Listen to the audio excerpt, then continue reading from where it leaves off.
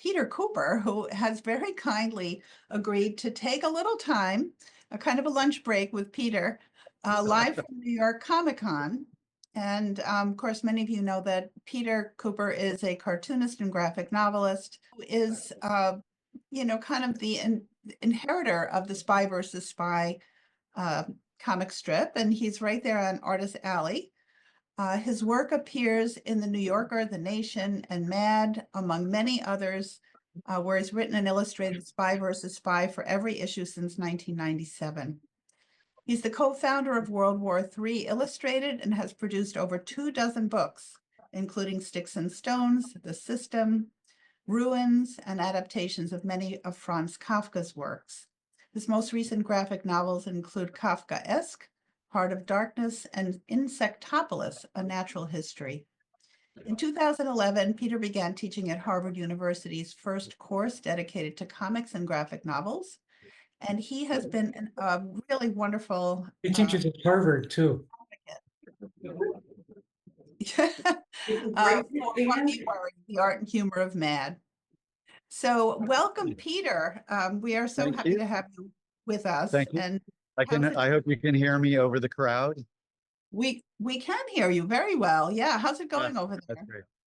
Great. You know, it's I've been coming to comic conventions since I was 11 years old, so it's slightly different than the first ones I went to. It was a couple of thousand people and all guys, and I'm happy for the change. But it's kind of remarkable the way comics and Mad actually kind of took over the world, and it's culturally like so much part of the fabric of everything that we're looking at. You know, every other show on TV, every other movie seems to be a outcropping of what started as this very small kind of nerdy environment is now there's hundreds of thousands of people coming to these things. So it's quite amazing. Amazing. And I see you've got Spy versus Spy hanging behind you. Yes, I do. Maybe a place to start would be to talk a little bit about how you somehow became the artist of Spy versus Spy. And I'll just remind our listeners that Peter will take your questions, so please put them into the Q&A. But maybe tell us a little bit about that history, if you wouldn't mind. Well, it's very around 1995. I was doing this book called The System for DC Vertigo, and Mad Magazine was in the same building at the, with DC, and the editors, they were at a point where they were Antonio Prohias, who created Spy in 1961, had retired, and they had a few interim artists doing it, and they wanted kind of a reset, and asked me to try out for it, and I almost foolishly passed because I'm an appropriate idiot for the job. And I was see if I can show a sample of this. I was doing stencils and spray paint to do the other kind of work I was doing. And so what I did was I thought I'll do it in stencils and spray paint. So if I'm going to get this job that I hadn't ever expected to be offered or be considered doing, I'm going to have to do it in this style that I'm working in and not just try to mimic Antonio Prohias's work. So I crazily approached it with that style, and see if I can grab one here. And it happened that that's what they were looking for, was somebody to do something different. And so hold on a sec, I'll slip it out from under my computer. So I did it in this stencils and spray paint style, which is completely nutty. It means cutting holes in paper, and I actually use spray cans, not an airbrush, and spraying, say, red, or the background is in green, the figures are done in red paint, and then I spray black on top of that. And then I go in with watercolor and colored pencil and mixed media. And it was just really different from the way the strip had looked before. But then there was this quality that was still, they're so familiar. And I'm really interested in wordless comics, and I have been for a long time. And one of the things I realized when I put pen to paper to do the tryout was that Antonio Perhias had been a huge influence on me. I mean, Mad in general was, but Spy versus Spy in particular, which, like so many readers, it's the first thing I went to. And that it was, it's that thing you read before you even know you've read it. And I love the puzzle quality of it, but I particularly love the pantomime aspect. The same way I love Charlie Chaplin, and that the ability to communicate without having any words there, so it was entirely visual. And that's why I had done that with this book, The System. The whole book is done, it's very much in the same cut as Spy versus Spy. I tried to convey a story with no words, and some of that was because I've been a fan of comics my whole life, and going back to when I was 11, as I said, I was doing a fanzine. My friend and I interviewed Bill Gaines when we were probably 13. Very kind person. But I've always been on sort of a crusade to get people to look at comics and not dismiss them, not presume they know what comics are, which, for example, would be like, if you ask somebody what a comic is, they'll say, oh, it has word balloons and panel borders, and it's done in a certain kind of style. And so I wanted to throw out those elements so that somebody couldn't just dismiss it as being something that they presume that it's, in fact, it's one of the more complicated art forms. And so it's ironic that it was always considered low art, but appropriate that the Rockwell Museum has this show, because Norman Rockwell, as an illustrator, wasn't considered low art, but illustration was a step down from fine art for whatever reason, whoever made that false decision. And the same way photography was not considered fine art until it was. Comics is probably the latest arriver at the fine arts table.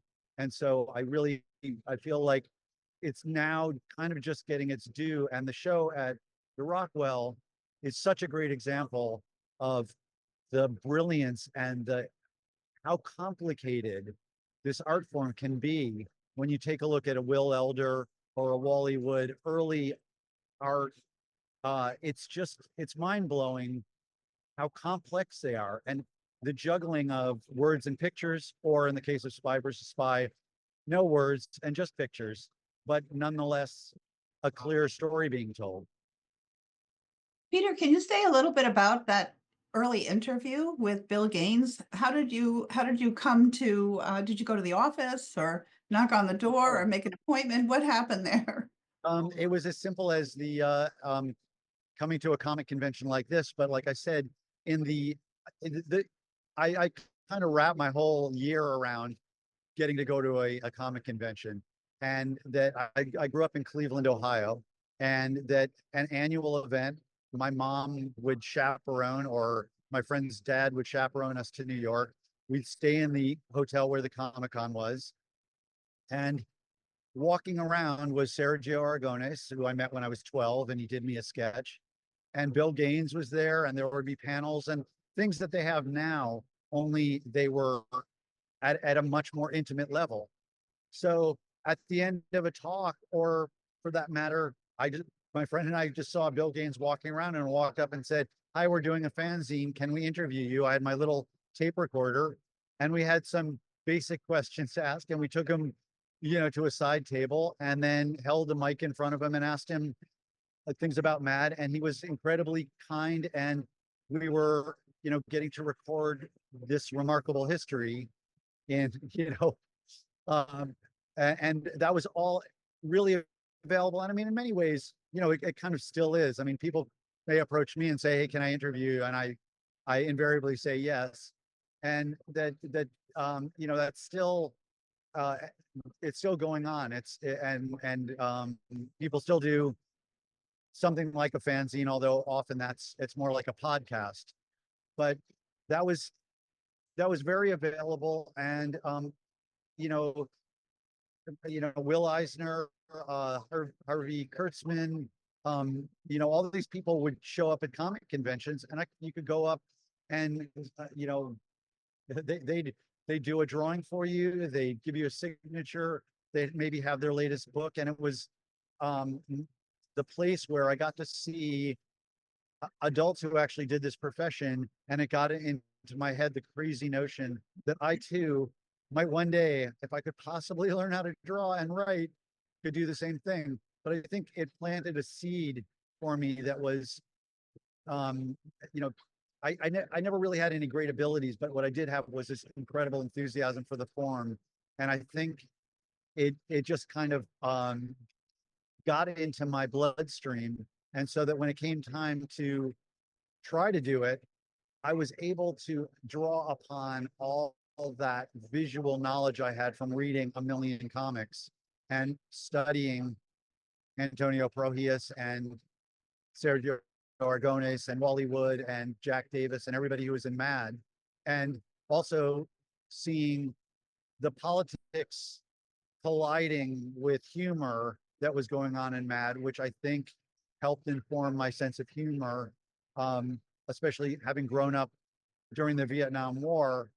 My father was a big news watcher, and at dinner we would be watching the news, and you'd be seeing people, villages burning and people crying, and then going past the potatoes. And in order to digest, I think I had to arrive at a sense of humor with this political overlay. Peter, I would love to. I hope you don't mind if I ask you to retell your story, because just recounting your encounters with people you met at comic conventions as a young person. You also met Norman Rockwell, which is a really, I think, unique story, and I'd love to have our listeners hear that, if you wouldn't Sure.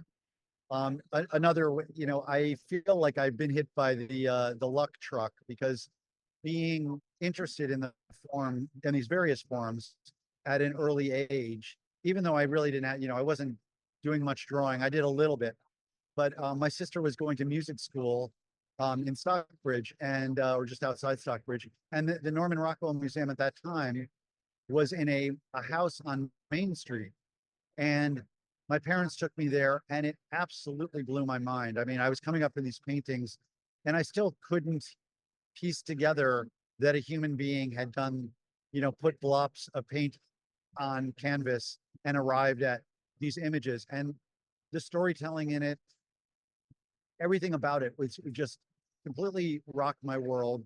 And I went to the front desk, and my parents very kindly bought me a book of Rockwell's, and I think I just asked, like, does he live around here? And the woman at the front desk very casually said, "Oh yeah, he lives down the street there. You can, if you look at this painting, you'll see it's, he's about here, pointing on the image of the street scene in Stockbridge." And my father drove me to his studio and then said, "You go in, I'm going to stay in the car." And I had a couple of drawings. I think one was a barbarian and another of a robot. Terrible. I was 13. And this was in August, and the door creaks open, screen door into the studio, which is the same studio they have brought over to the Rockwell Museum. I mean, when I looked in the window and we've gone in there, it's surreal, because I was in that space, but now it's been moved to an entirely different location. And there was Norman Rockwell, and sunlight was streaming through the window, and you could see the dust in the air the way you can at a certain point at the end of the day. And he was working on a painting of course, Lincoln. And he had this that I asked Stephanie about, and she said, "Oh yeah, that one's in I think Youngstown." And like, I described the painting, and it was like, it was all there. Like, I mean, it imprinted on my memory so hugely. And there was his easel that had the mask on it, and I was able to see that image sitting there, and it was like, wait a minute, I just saw the painting and there it is in real life. It was more than a little surreal. And I showed Rockwell my drawings, and he thoughtfully looked at these terrible scribbles and he said, "We should draw from life more," which it's a small little line to say, but it sent me in a very different direction of consideration.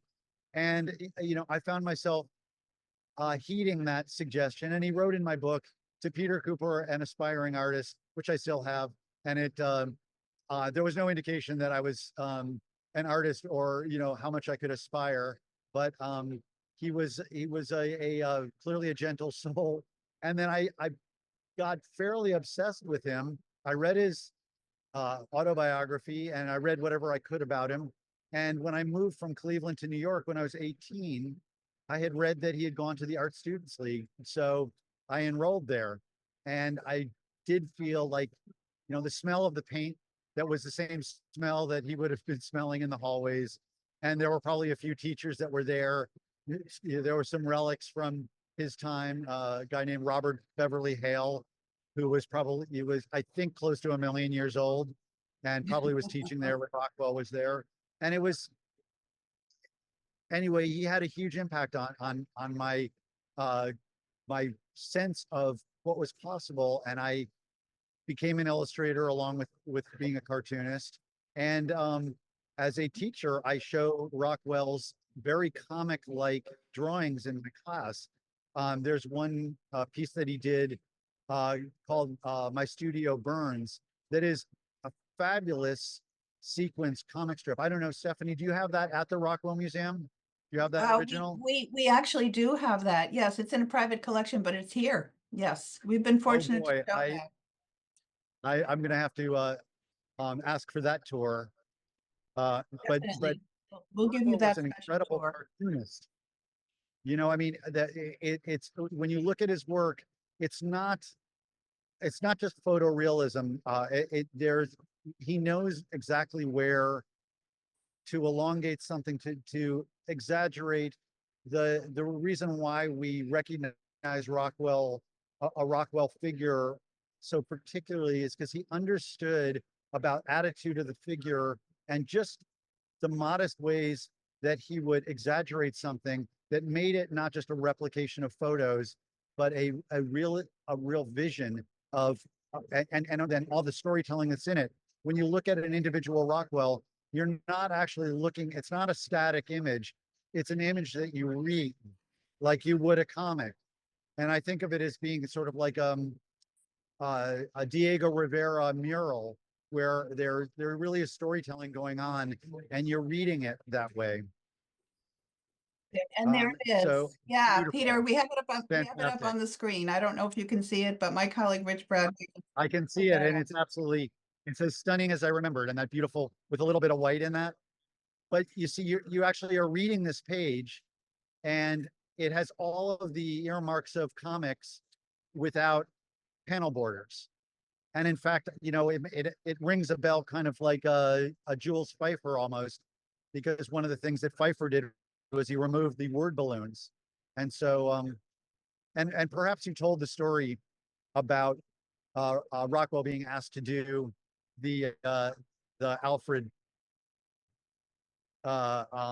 portrait. Did you I mention that? I'd love you to tell that. We have not talked about that. Well, I think that was a story that I only learned from the Mad show, was that Mad magazine editors reached out to Rockwell and asked him to do the ultimate portrait of Alfred E. Newman. And he said yes. And then apparently thought about it a bit, consulted his wife, who was like, "Oh no, terrible idea," because Rockwell was just at the point of he was doing work for Look magazine, and he was doing his incredible social commentary, like about civil rights movement, and that she felt, perhaps rightly, although I say ultimately, historically, it wouldn't have been so, that this was going to tarnish his reputation.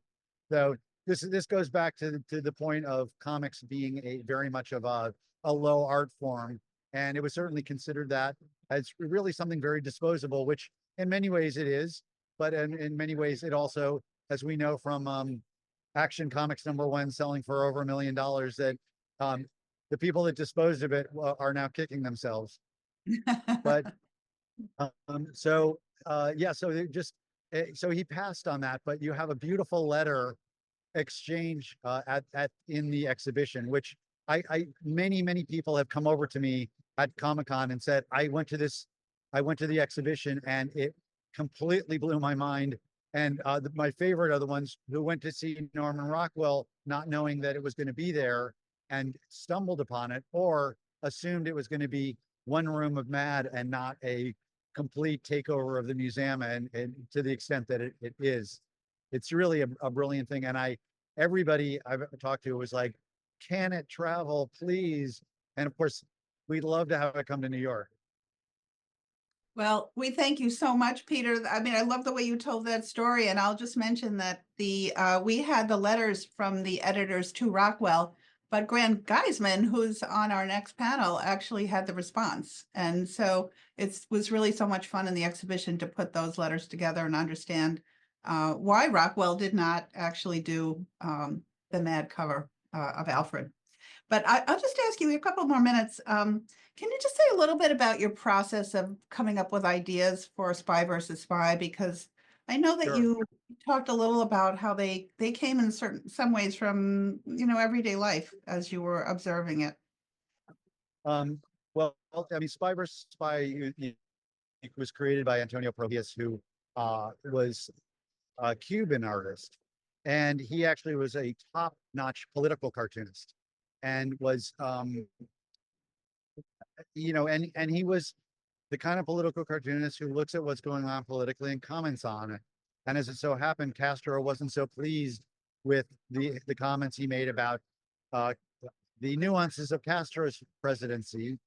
And so Prohias actually had death threats and fled to the United States. And he had been doing a strip called El Sinicestro, the sinister one, for a paper that had some of the early qualities of Spy versus Spy, the pointy nose kind of.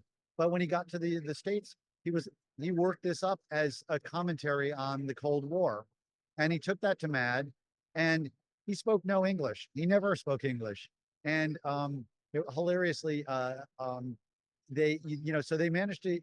This is where the wordless factor, the not having the language barriers was perfect. And he showed that to the editors. And if I remember correctly, they may have not jumped on it right away. They may have slightly passed and then reconsidered in the moment and went, wait a minute, and called him back in.